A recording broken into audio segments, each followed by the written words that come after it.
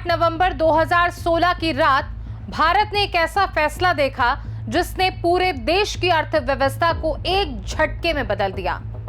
लेकिन सवाल यह था कि आखिर ऐसा कदम क्यों उठाया गया और कैसे एक ही घोषणा में 500 और 1000 रुपए के नोट अचानक चलन से बाहर हो गए। क्या यह कदम सच में काले धन को खत्म करने के लिए था या इसके पीछे कोई बड़ी आर्थिक और सुरक्षा रणनीति काम कर रही थी?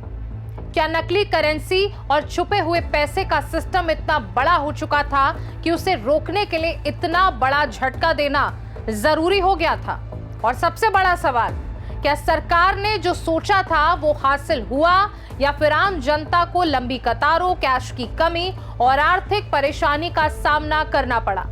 नमस्कार, मैं ज्योति श्रीवास्तव और आप देख रहे हैं सी न्यूज भारत। यही वो कहानी है जिसे हम बताने जा रहे हैं। कैसे लिया गया ये नोटबंदी का फैसला। नवंबर 2016 की एक ठंडी खामोश रात थी और इस्लामाबाद के बाहरी इलाके में बने एक गुप्त बंकर के अंदर हल्की नीली रोशनी में एक खतरनाक खेल चल रहा था।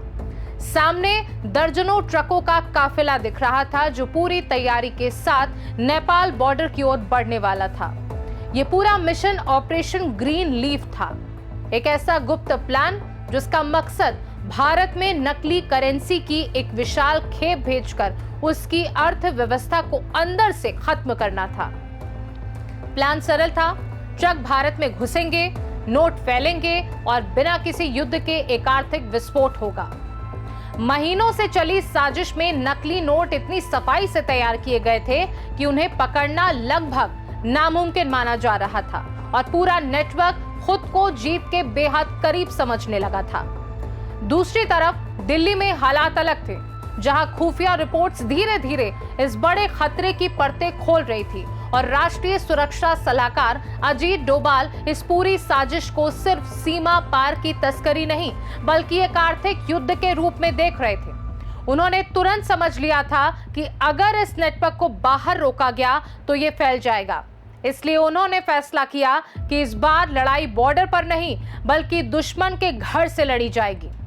इसी रणनीति के तहत एक अंडरकवर एजेंट को इस पूरे नेटवर्क में गहराई से जोड़ा गया था, जो पहचान बदलकर उन्हीं लोगों के बीच रह रहा था और धीरे धीरे उनका भरोसा जीत चुका था। वह एजेंट एक दिन उसी खुफिया गोदाम तक पहुंचा जहां नकली नोटों का असली भंडार रखा हुआ था।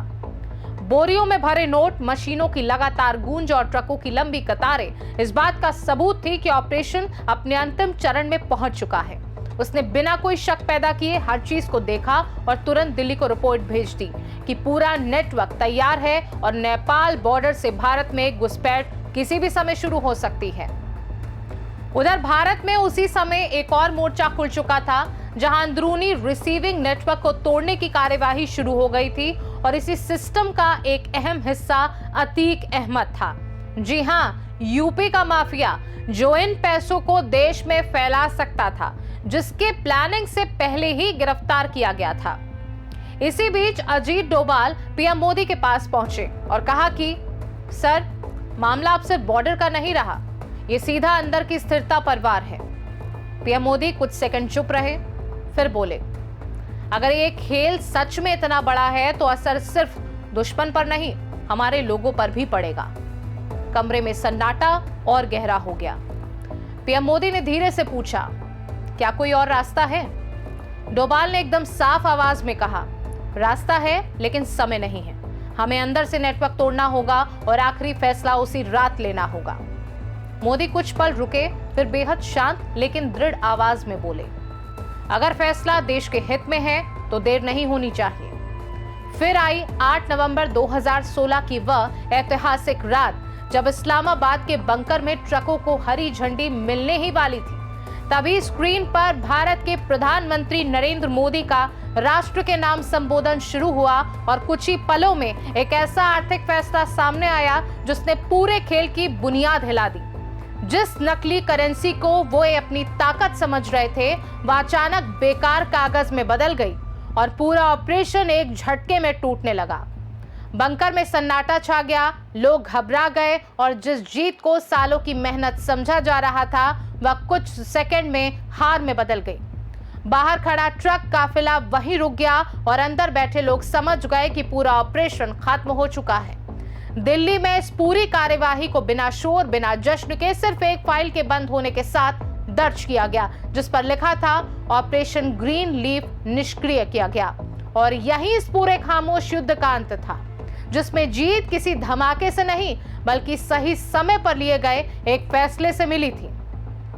और आखिर में जब इस पूरे फैसले की धूल बैठी तो देश एक बदली हुई तस्वीर के साथ सामने खड़ा था, जहां एक तरफ सिस्टम में पारदर्शिता और डिजिटल लेन देन की तेज रफ्तार दिखी, वहीं दूसरी तरफ आम जिंदगी की कठिनाइयों, लंबी कतारों और आर्थिक झटकों की यादें भी रह गई। सवाल आज भी वही खड़े हैं, क्या ये कदम अपने असली उद्देश्य में पूरी तरह सफल हुआ या इसकी कीमत जनता ने ज्यादा चुकाई? जवाब शायद एक लाइन में नहीं मिलता, क्योंकि ये कहानी सिर्फ एक नीति की नहीं बल्कि एक पूरे देश के अनुभव की है, जहां फायदे और नुकसान दोनों साथ मिलकर चलकर इतिहास बन गए। फिलहाल के लिए मुझे दीजिए इजाजत और आप देखते रहिए सी न्यूज़ भारत, हर खबर आपके साथ, आपके हाथ।